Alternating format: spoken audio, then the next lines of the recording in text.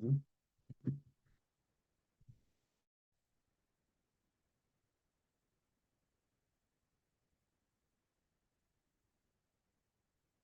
evening. Welcome to our Bhagavad Gita section. Our discussion on chapter 18, the perfection of renunciation.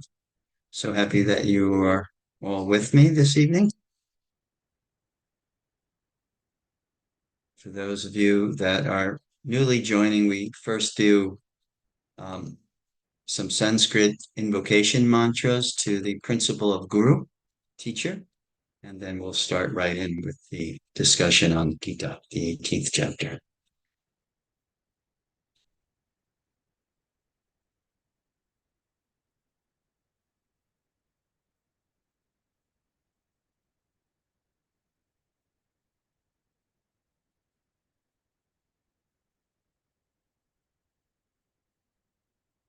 ॐ ज्ञानोऽतिमदन्स्य ज्ञानञ्जना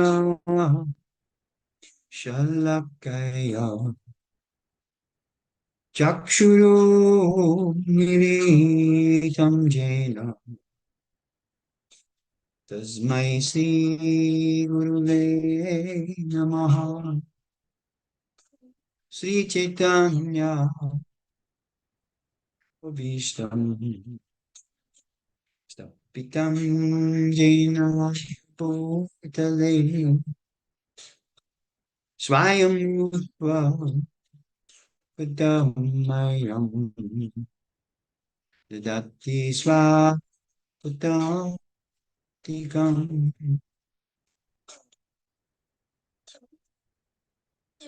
नमो विष्णुपदय विष्णुपृष्ठाय भूतले श्रीमते भक्तिवेदान्त स्वामिनीति नामिने नमस्ते सरस्वती देवे गौरवाणी प्रचारिणे निर्विशेष शून्यवादी वस्तुत्यादिशो धारिणे श्री कृष्ण चैतन्य प्रभु नित्यानंद श्री अद्वैता गदाधर शिवसदि गौर भक्तवृंद गौर भक्तवृंद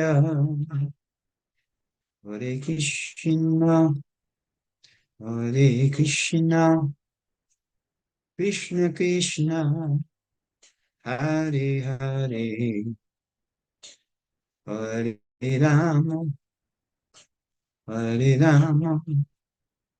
Ram Ram Hare Hare Krishna Krishna Hare Hare Ram Ram Hare Hare.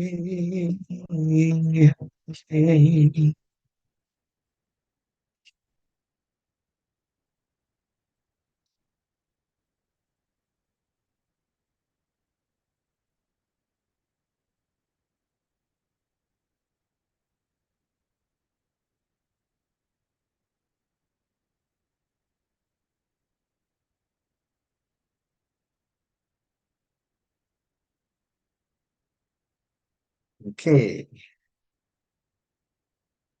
just looking for something here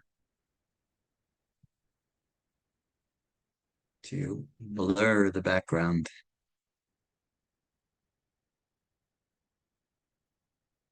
Oh, well, you get a clear background of my my wood in that.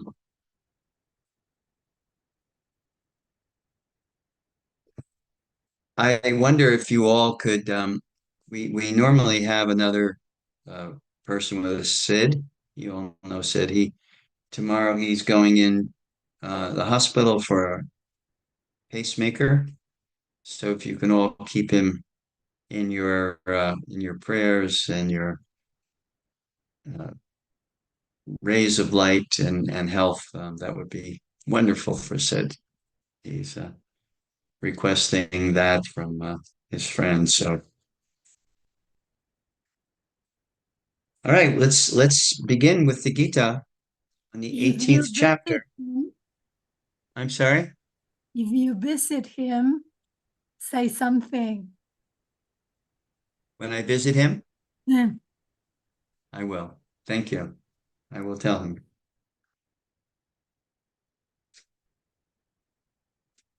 Okay, so we're on the 18th chapter, the perfection of renunciation, as translated by A.C. Bhaktivedanta Swami Prabhupada, the perfection of renunciation. And this, as I said earlier, for those of you, hi Elizabeth, thank you for joining us. Jenya, thank you. Jai Krishna in Dominican Republic. Eleonora, of course, in Argentina. And Madan Mohan, my neighbor here, right here in Florida. Um, so this 18th chapter, as we discussed previously, is Srila Prabhupada had mentioned that it actually, the Bhagavad Gita concludes at the 17th chapter, and the 18th chapter is just a summarization of all that Krishna has spoken. So it's really it's one of my favorite chapters, but it's also an important chapter because imagine everything pretty much that Krishna has mentioned previously is summarized in this 18th chapter. Therefore, it is something like, I think, 78 verses long, one of the longest chapters in the Gita, and very important chapter. So even if you're attending class for the first time, two things to consider. This is a summary of everything we've spoken about. So it'll give me an opportunity to mention different things that I've already mentioned. And secondly, um, the previous 17 chapters are on my YouTube channel. So that can always serve as a reference for you. Um, the YouTube channel is under my name, Larry Puglisi. How it got under that name, I have no idea. Because when I started it, my YouTube page, I had it under Lakshmi Nishinga, but somehow or another it was converted to Larry Puglisi. So that way you'll have access to all the previous 17 chapters as well as many of the kirtans that I've done previously. So, all right, let's begin. That's Um, Sid. yeah. That is Sid. It was here just now. Hey, Sid, you Yes. came. I was just asking everyone for their heartfelt prayers on your behalf because of your pending operation tomorrow, right? Yes, it is tomorrow. Okay, Devotees are taking me to the hospital and bringing me home again on Friday. wonderful. You're in good hands. Yes, that's a fact. Well, Krishna's hands.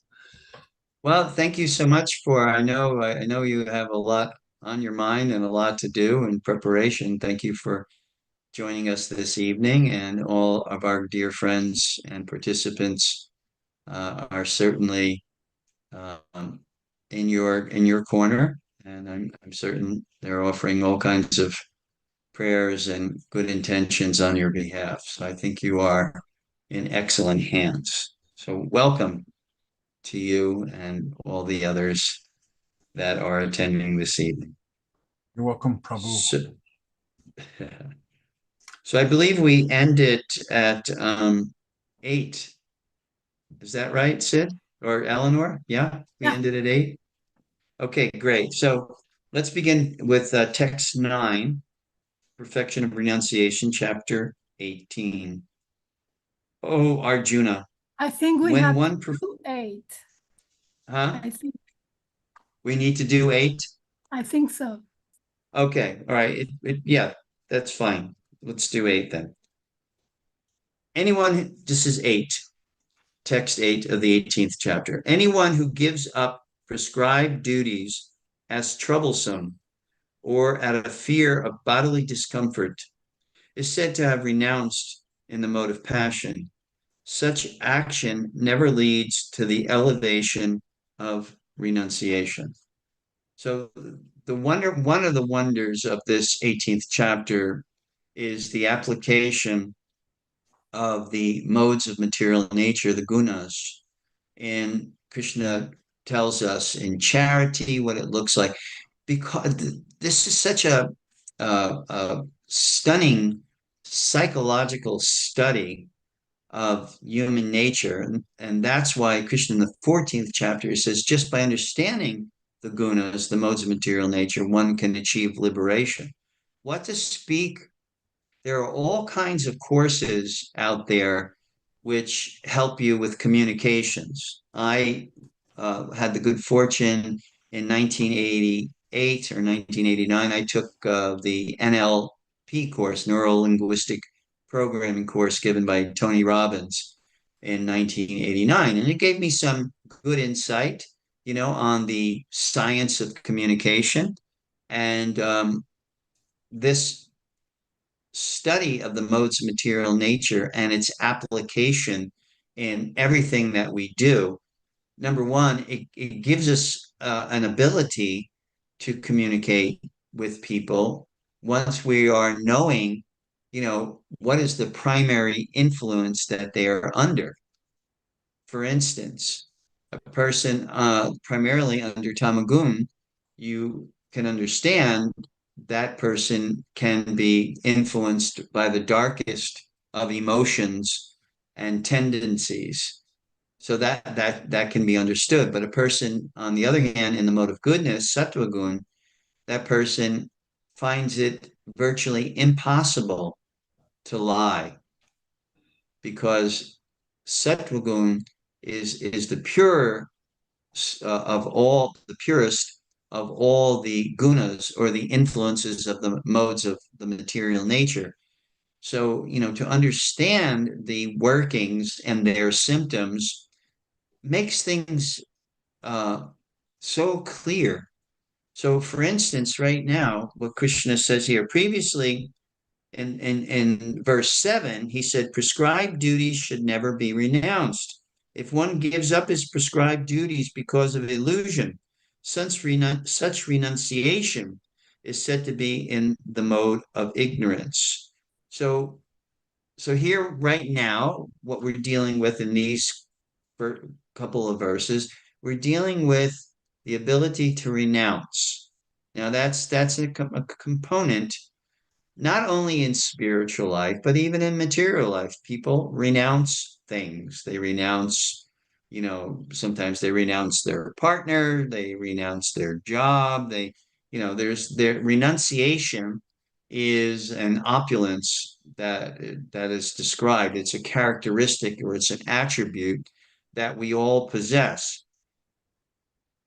What shape or form it takes in relationship to the different things that we do is dependent upon what is influencing us at that time. What is the psychological influence at that particular time? So, renunciation, which is born of illusion, creates further illusion, and that is considered renunciation in the mode of ignorance. This next one that we just read is renunciation in the mode of passion. A person influenced by passion knows they should perform duty with detachment, but rejects those duties as troublesome. Yet such a person nevertheless may want spiritual benefit. Therefore, they think Why should I work hard?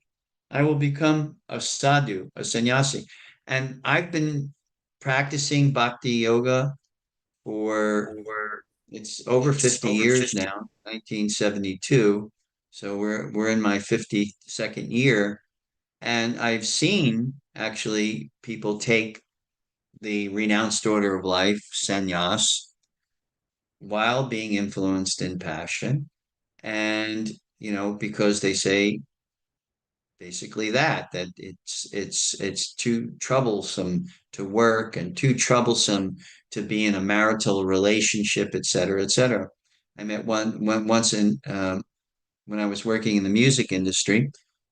This one lady uh, came to one of the music sessions that we were setting up for one of our artists that we represented, and she was a makeup artist, and we were talking, chit chatting, and she she asked me if I was married, and I said yes, I'm married, and I said, and you? She said no, no.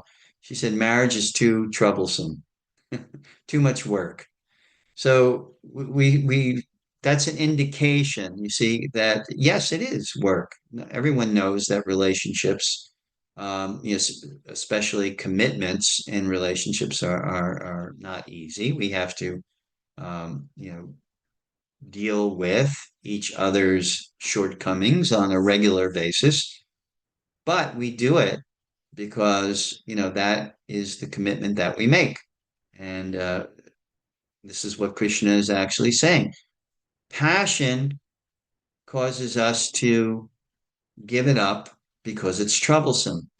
Ignorance causes us to renounce things when we're under the illusion of the material energy, thinking that I am the doer, that everything should be for my benefit, etc. And it creates more illusion, further illusion, and that's considered renunciation in the mode of passion. Ignorance, I'm sorry. So illusion breeds illusion, and that's from Tamagun. Renunciation in passion, that breeds self-centeredness and seeing something, a duty, a dharma, as troublesome, and therefore gives it up. So that you may renounce something, a job, a relationship, etc., but because it is your obligation, it's your duty, then passion or the desire to for only self-interest is at hand. Now, doesn't mean, this does not mean that if you're in a relationship that is toxic and detrimental to both your psychological or physical well-being, then you should still, that's your duty. Then it becomes your duty to get out of such a relationship. And there are certain references to that in the Bhagavatam and by Chanaka Pandit, the great Pandit who has given us wisdom, digestible, understandable wisdom from the holy sacred text of the Vedas that we can apply. So there are instances that one can renounce a relationship. Like I said, especially if it's harmful, if it's toxic, if it's psychologically or physically, causing so much distress. But in general, just because the relationship is troublesome, that is not cause enough, and that is indicative of the tendency, the intrinsic tendency for renunciation. The Parasara Muni says there's 6 basic opulences. Renunciation is one, fame is another, wealth is another, health, strength, beauty. These are all primary opulences that one possesses to greater or lesser degrees. And therefore, the definition of God, according to Parasara Muni, is one who possesses those opulences in perfection, in completion. Whereas the soul, the spirit soul, which is part and parcel of the Supreme, may possess fame, but it's a modicum It's a small part of fame or of beauty. And even if one does possess beauty, then we know the what time will do to that. Of course, a person who is beautiful inside from within the heart, that does not tarnish by the influence of time and age.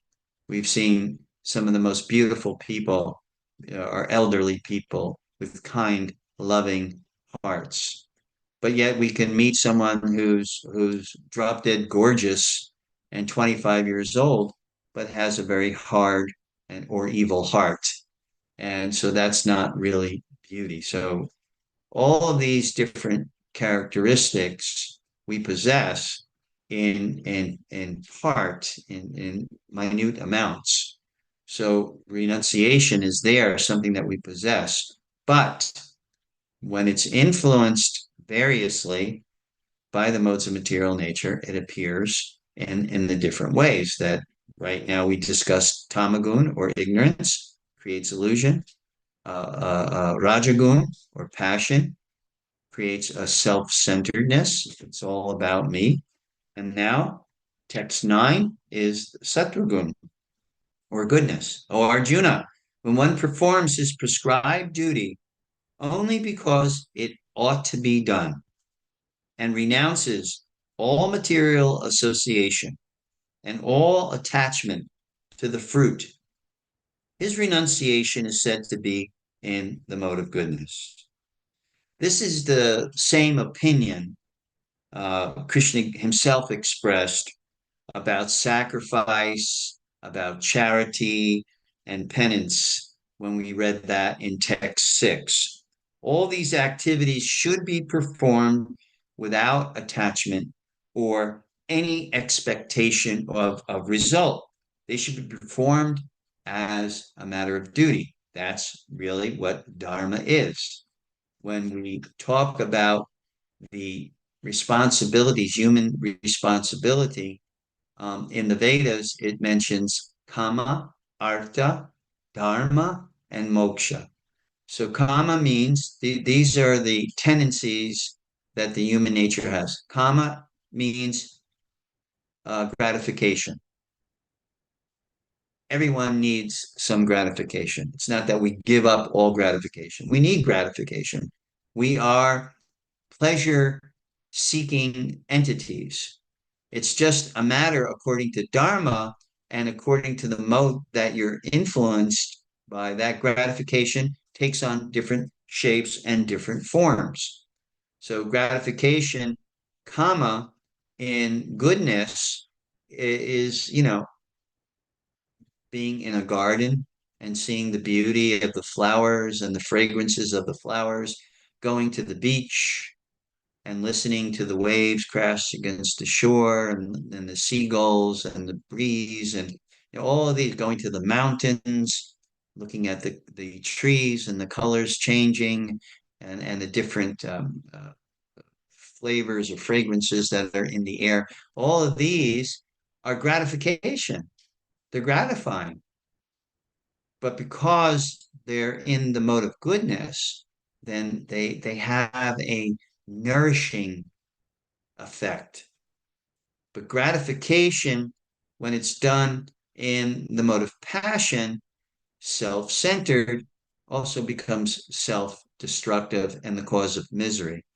And gratification that comes in tamagun out of ignorance, that is destructive. It's self-destructive, and it does not sustain itself for very long.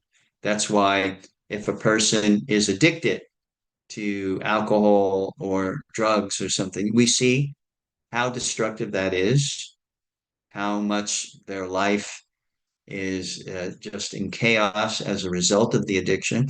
And that is because that's the influence of tamagun. So all of these things, kama, gratification, artha, economic development, Krishna says, kama in sattvagun is one way, in rajagun is another way, and tamagun is another way. So this is a a brilliant psychological assessment of the human psyche to understand human nature and how and why it works in the way it does. And why does someone give in charity because it's they feel it's their duty for the benefit of others, and someone will give to the same charity and they'll want their name in a plaque. They'll want recognition. They'll want something in return. Whereas if you give in charity in the mode of goodness, there's no expectation of return. Many times it's even given anonymously to avoid, being recognized. Oh, thank you for giving so much money, et cetera, et cetera.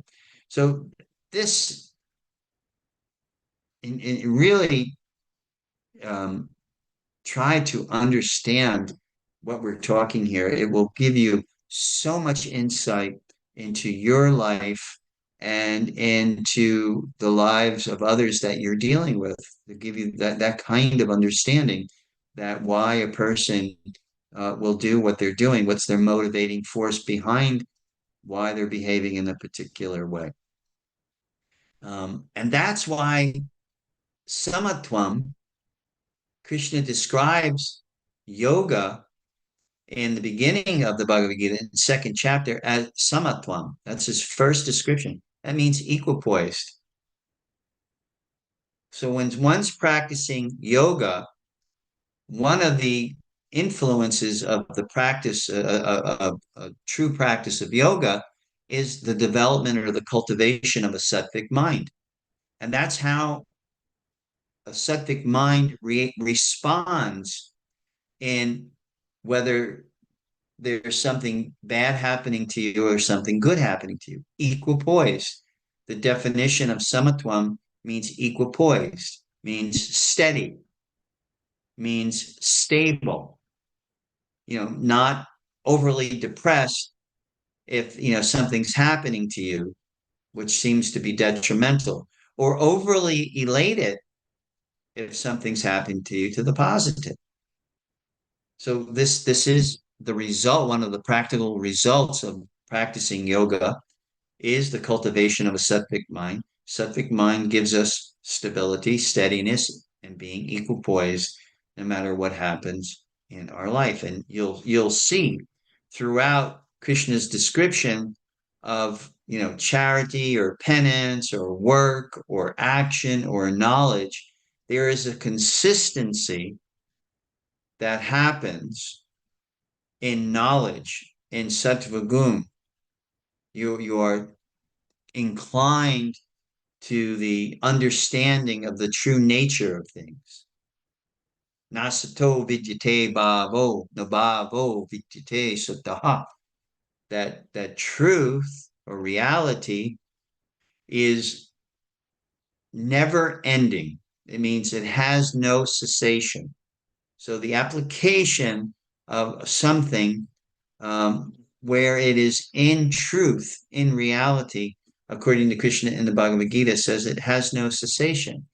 And that which is under illusion has no duration.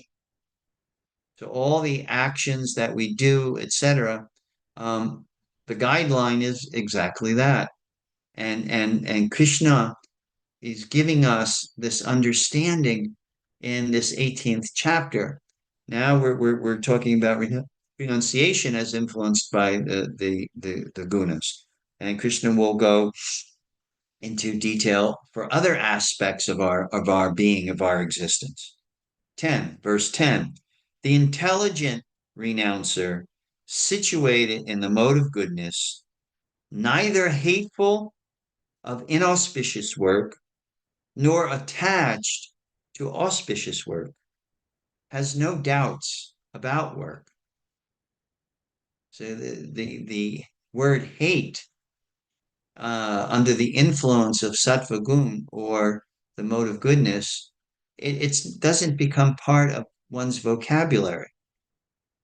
We don't hate people. We don't hate situations. That we're able to remain stable and steady and equipoised and balanced, even in adverse situations, as Krishna is saying here. nor does one become overly attached to positive situations, auspicious works. So this is important. A person in the mode of goodness is determined to act properly, regardless of the forthcoming pleasures or pains. That is one's determination to act properly when influenced by the mode of goodness. A person situated in this consciousness of the Supreme, or in the mode of goodness, does not hate anyone or anything which troubles his body. He does work in the proper place and at the proper time without fearing the troublesome effects of his duty. Such a person, situated in transcendence, should be understood to be the most intelligent and beyond all doubts in his activities. So this is indication of sattva that as Krishna says, samatvam, equipoise, no matter what's going on, how stressful or how happy the situation is, we're able to remain balanced. And if you know anything of Ayurveda, Ayurveda is psychologically and physically to be imbalanced. So Ayurveda and yoga work in tandem to keep the balance both psychologically and physically. Text 11. It is indeed impossible for an embodied being to give up all activities. Embodied means the soul. We're in these machines. Yantra rudhani mayaya. Krishna says that the machines made of material energy. So when he says here, the embodied being, it means that the soul is in a body and has to act in that body. And short of being pure, totally pure in consciousness, is going to be influenced. Sid and I, Sid texted me a question, and he came up with the answer himself, I guess, in his further reflection on the question. But he asked, if the modes, if we're stuck in a mode, or are the modes fluent or fluid? And yeah, when we are embodied beings, meaning that the soul is in this machine made of material energy, the modes come and they go. They're like waves on an ocean. They come, they crash, they go back, they come again, etc. It's lifestyle and lifestyle adjustment which gives us repeated contact with a mode. In other words, according to Ayurveda, if you adjust your lifestyle to be regulated, regulation is a key component in having a steady and stable mind. It's a key component to be regulated.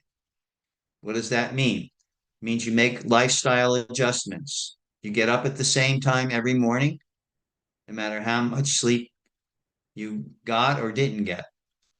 And then, you make an adjustment during the day, but you try to wake up at the same time every morning. Try to go to bed the same time every evening. You try to eat at the same time every day. The more regulation is there, that's a sattvic lifestyle, and the ramifications of doing that, the result of doing that is a more peaceful mind and the inclination towards sattva guna. But if we're always doing things on the spur of the moment, out of passion and impetuously, whimsically, etc., that is indication of the action that is moved by passion. And in the Gita, it said what one experiences by being in passion is misery, distress. And influenced by laziness, indolence, illusion, that's symptomatic of the tamagun. So we are the embodied being, as Krishna is saying here, is constantly being affected or influenced by the modes. But by control of one's lifestyle, then we can place ourselves, in a more sattvic environment externally, consciously. Our house, we make it sattvic. Our property, cleanliness is a sign of sattvagun. Orderliness is a sign of sattvagun. All of these things, doesn't matter how wealthy or poor you are, you can keep things in order. You can keep things clean. Water doesn't cost that much unless you live in my town, and then of course the utilities are pretty high. But in any case, then you just have to be careful. But yeah, this is an example of arranging your life, your lifestyle in such a way which will help you to develop or cultivate the inclination or the tendency towards sattvic activities. You see it. It's called inclination. What are you inclined to? What do you want? Foods are also in the mode, influenced by the mode of, we read that, I think, in the previous chapter 17, foods that are in the mode of goodness, and those are actually offered to God. That those are the types of food, because it's considered the highest or the purest offering. Passion is usually totally a sensory experience, hot, spicy, these kinds of foods which cause movement, motivation, and immediate gratification, and those are foods that are influenced by passion. And then tamagun, foods that are old, processed, a couple of days old. Even we try in our household, and we're pretty good at it, I could say, due to the influence of my wife.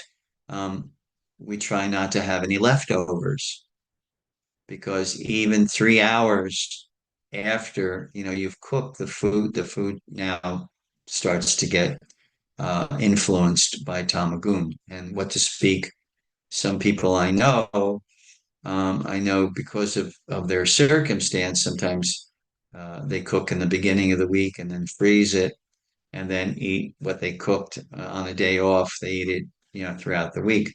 And I understand the circumstances behind that. But freezing food takes out all the prana, all the life of it, all the nourishment of it. Best, absolute best. And sattvic, cultivating sattvic through eating is eating fresh, cooking, eating it, and trying to regulate the quantities so that there's not massive amounts of leftovers. We have the good fortune, we have a dog, and we feed him our leftovers if there are any.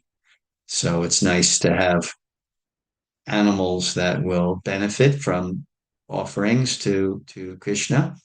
And the even old fruit. If I throw in my backyard, the iguanas will get it, because they are fruit and leaf eaters. So, we have a situation where we can, if there happens to be leftover or food that is spoiling, to organically get rid of it. Sometimes even burying it so that it turns into, or making a compost. That will do it also. You can do that. So these are all ways to try to live a sattvic lifestyle. So the embodied being will benefit, and this is renunciation in the um, in the mode of goodness. Don't give up activities. That's what Krishna tells Arjuna. It's one of the statements, definitive statements of Bhagavad Gita. Arjuna wanted to give up his duty. What was his duty? He was a warrior, kshatriya, warrior. That means warrior. Warrior. What's the duty of a kshatriya? To protect. Duty is not to do war, but if need be, like in the case of the Pandavas, if need be, then they have to fight. But normally, just by their presence, they're able to create an environment of law and order. Just like in the story of Parikshit, Maharaj Parikshit in the Bhagavad Purana, when he saw the Kali, the personality of Kali Yuga, beating a cow, then immediately by his presence, a Kshatriya or a warrior not only protects human beings, he protects all living entities. So when he saw that the personification of Kali Yuga was beating the cow, he immediately stopped. And he was going to kill him, but he showed some mercy. But he gave him an opportunity to rectify himself, but he shut down the activity that he was doing at it. So the duty of a warrior is to protect. And when Arjuna, seeing who he had to fight in this upcoming impending battle of Kurukshetra, and it was a righteous war because the opposing side, the relatives of Arjuna, Yudhisthira, Bhima, Nakala, and Sahadev, the five Pandava boys, the relatives were trying to usurp the kingdom. And part of duty is that there is an arrangement of passing down the leadership. So when the Pandavas' father, the emperor, passed away untimely at a younger age, the rightful heirs to leadership were the qualified sons, the Pandavas, particularly the oldest Pandava, Yudhisthira. So they were the qualified heirs. It just so happened that they were so young at the time that they couldn't be handed over the leadership at present, and an interim king was appointed.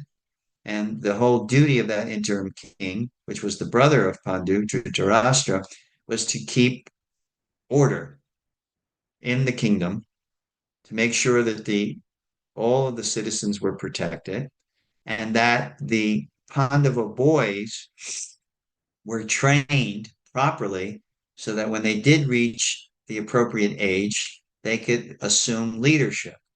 Now, of course, because the influence of greed or passion was there on the sons of Dhritarashtra, they tried to usurp the throne and they would not give it up no matter what. So this is why that particular battle, the war of Kurukshetra, was considered a righteous war. And that's why Krishna said, no, it's your duty, Arjuna.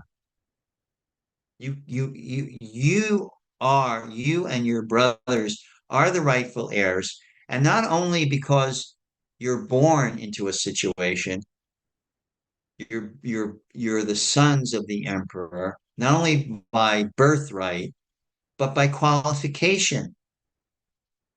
You are far more qualified than your cousins because your cousins have a tendency to be influenced by greed and anger and lust and all the qualities that influence a leader to do harm to the citizens rather than to help the citizens.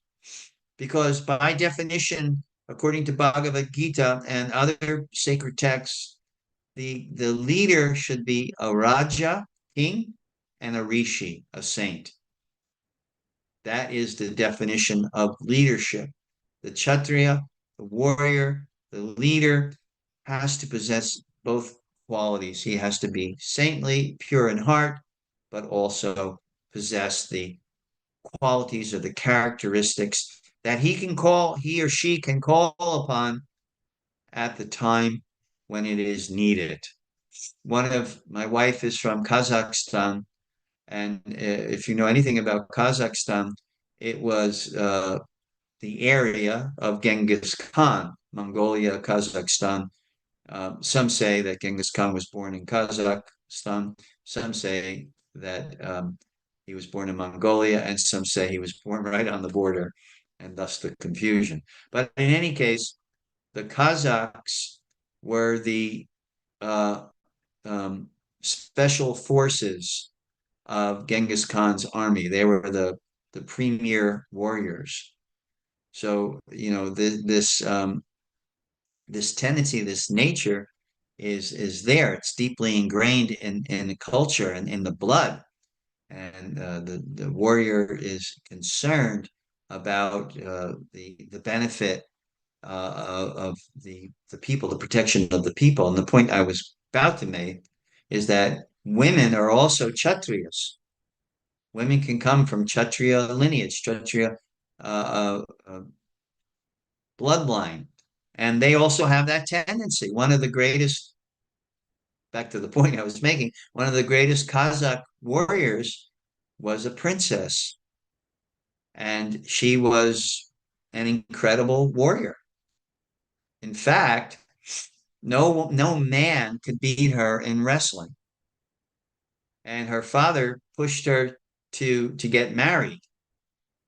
And she said, I cannot marry a man who can't beat me in wrestling. So she said, if anyone wants to marry me, the primary qualification is they have to beat me in wrestling. And she wrestled hundreds of men and beat them all. Finally, she became attracted to one, and she threw the match, and she let him beat her, and she got married to him. And also in India, there's a queen. I can't remember her name, but she was a warrior queen also. And when her husband was, I think, assassinated, she took up and she fought valiantly. And there are many instances throughout the course of time. So warrior blood is there. When you have that, then you have to do the duty, because sometimes people ask me, how do I know what my duty is? And the first answer I give is honesty. You have to honestly assess yourself. What is swadhyaya, after all? Self-study, isn't it? And what does self-study mean? It means to look at yourself honestly. What is my nature? What am I attracted to? What am I not? What am I repulsed by, or don't want to be involved in? So that is the way duty is determined, by honest self-evaluation. And of course, it's a lot harder nowadays because lineages, are not so pure anymore. There's a lot of mixed marriages, which means a person may have a Kshatriya tendency and he'll marry someone with a Brahmin tendency, or someone with a Vaishya tendency, someone who has business. And so all the tendencies, all the which are passed down genetically, are kind of gotten mixed up in the age of Kali. So it's really a lot harder to determine. There are the rare people who know from a very early age. My wife was attracted from the age of 3 to be a doctor. Obviously, in previous birth, that was there, and she was born with that inclination, that psychological disposition towards healing. And if we all look at ourselves with that kind of analytical perspective, we can see what is I used to try to resist being a teacher, but after a period of time, I wanted to do music. I was in the music business, etc. But after a period of time, I was always attracted. When I finally sat back and looked at myself, and what excited me, like now, to be with you all, and to help convey the wisdom of this sacred text of Bhagavad Gita, it's very exciting for me. It's very stimulating for me, intellectually stimulating, and it stimulates my heart. So, I finally realized, that is my tendency and something I can't really avoid. So to do our duty and to do it without any expectation of result. Like, how many of you have taken courses where you had to pay hundreds of dollars? So unfortunately, the teacher is giving up the benefit of sharing wisdom and getting their karmic return in the form of money. That's why, people always ask me, how much is your class? And I always say, you know, I'm there. It's not a question of giving me money. I mean, certain people give donations and all that, and that's fine. That's okay. That's different than charging. But the result of that is a teacher, and the result of that is the result of your giving wisdom, sharing wisdom without any expectation for result, is you elevate your consciousness to one of giving, which is sattvic. The mind becomes sattvic. The mind is willing and able and ready at any given moment in time to impart wisdom and experience the true pleasure and exhilaration when you share a tidbit, a pearl of wisdom with someone else. And I find myself in that situation all the time. In Home Depot the other day, I was standing there and I was looking at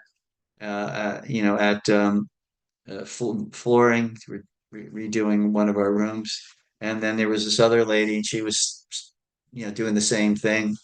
And we got into a little conversation, and I started telling her about Ayurveda and so many different things about yoga, etc. It just becomes gratifying, to even in a chance meeting, just for a few minutes, to share a pearl of wisdom with someone. So we see when we're situated in our proper position, we're enlivened by that. And Arjuna, when you read the Mahabharata and you see the battle, those warriors were enlivened by the battle. They were energized. A teacher is energized by teaching. A business person is energized by making money, doing different arrangements. And a person who's in the Sudra or the worker mentality likes to come and work hard. We have a man here that's renovating our bathroom.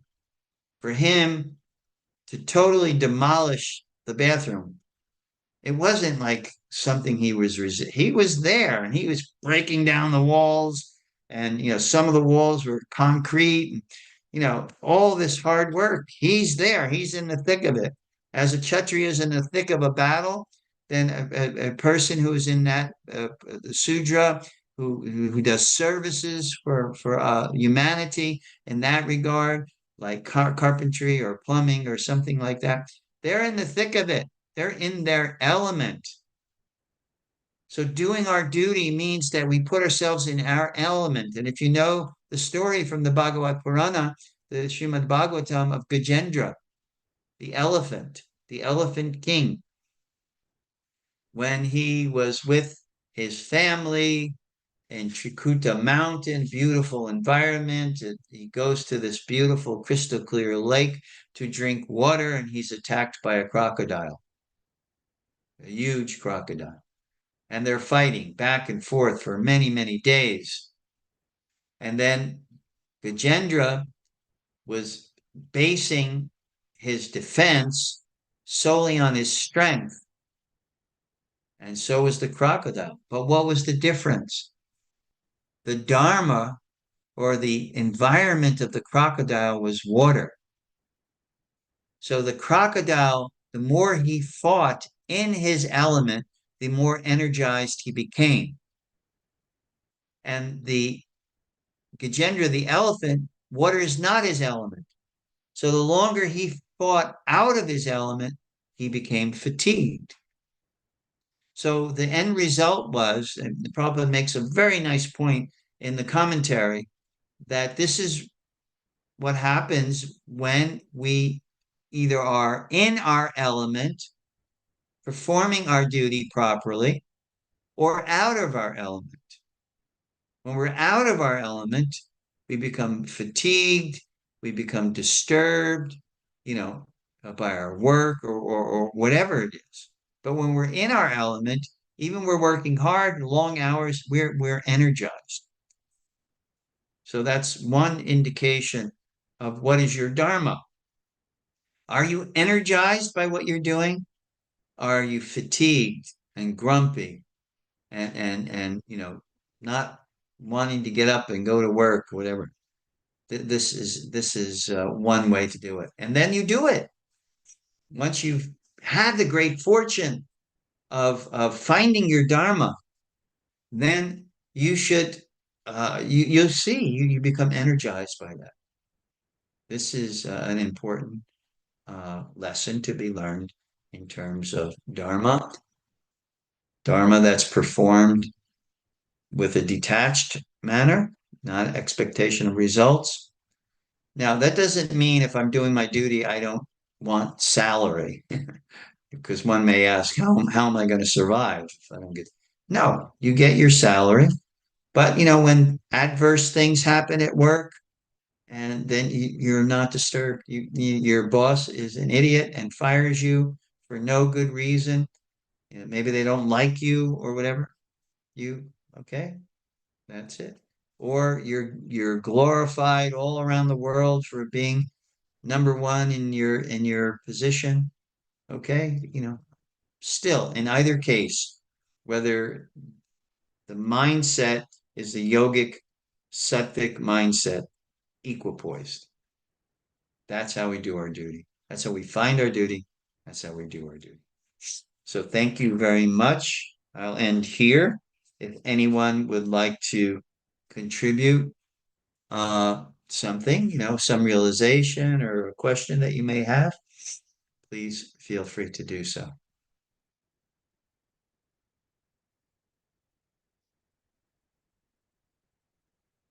Any questions at all? I hope, Thank you so much.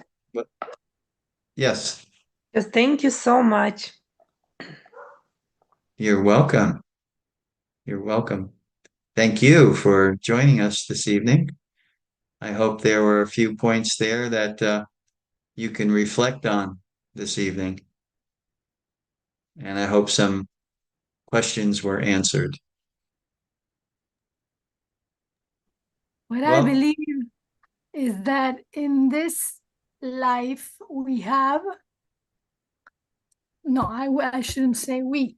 In this life I have, with the obligations and the job, though I'm retired now, it's very difficult to apply that all the time, because you're also immersed in a society that works in a determined way, and you cannot get the things here where I live. You cannot get things by applying dharma, because it's like the game is different here and corruption is everywhere. So you have to deal with that. Exactly. But the result of being equipoised is and dependent on the mercy of the Supreme is that something almost universally, when something adverse happens because of, like you said, all the effects of Kali Yuga, the corruption, etc., the mindset of someone who has either been exploited or abused or whatever, that there is, number one, a lesson to be learned, And number two, one door is closing. It may close really hard and really abruptly and hit me in the rear end on my way out. But then we walk into another situation that was much better. That the arrangement, it was divine intervention to get you out of a situation and to put you into a better situation. One is never abandoned when one has faith. We always see the hand of God in our situation. People may think they're getting over on us. They may be exploiting us or belittling us or whatever. But the end result is we are protected. We are divinely, those that have, an understanding and belief that my life is an offering to the Supreme. That's what yagya means. It means we do. Jagnartat karmano nyatra.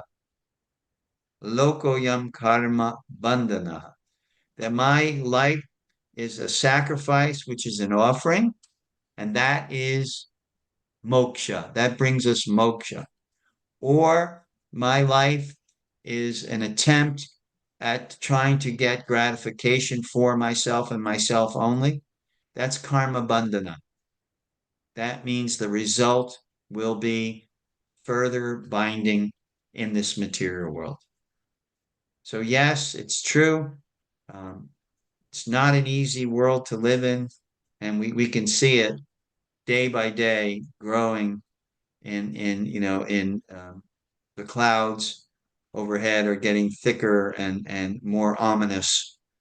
But we understand that we're protected, and we'll continue to do our duty no matter what happens. And that brings about shanti, peace.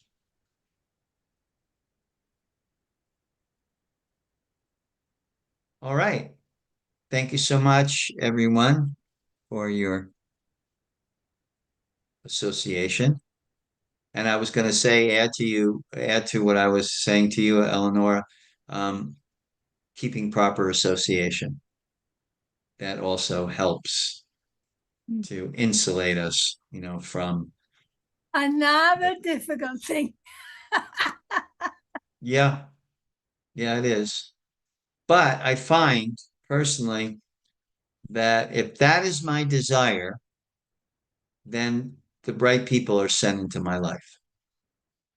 If that is truly our intention, to be in good, nourishing, wholesome, healthy, spiritual association, then somehow or another it happens.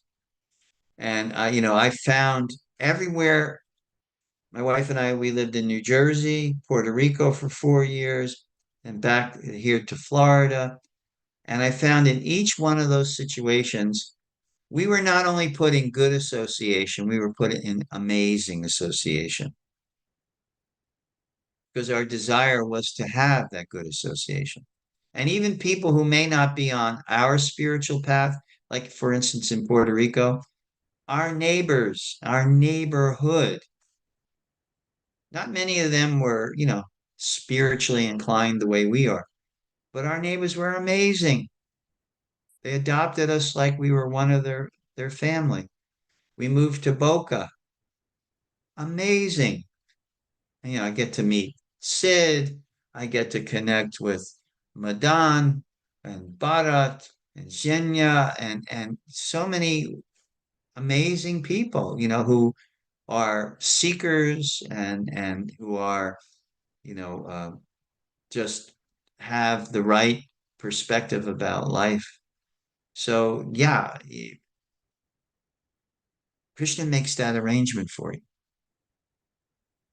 Even if you have to call out, please, this would help me so much.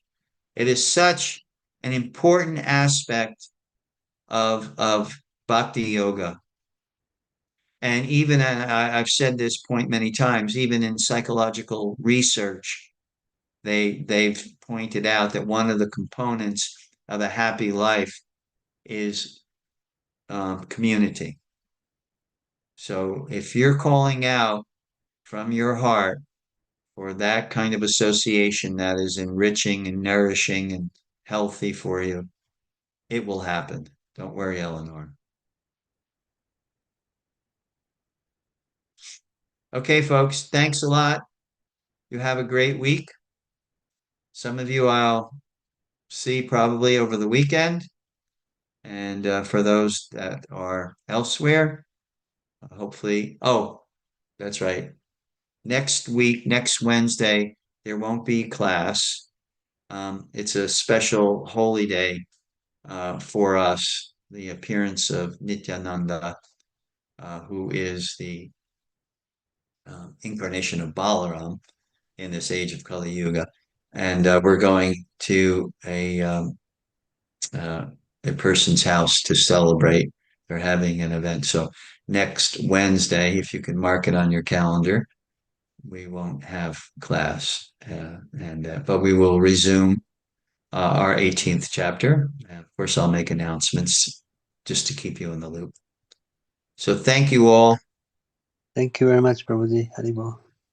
Hare Krishna. I'll see you next Bye. Wednesday at the program. Hari- Yes. Yes. Haribol. Thank you. Thank you all. Good We'll luck, see you. Sid.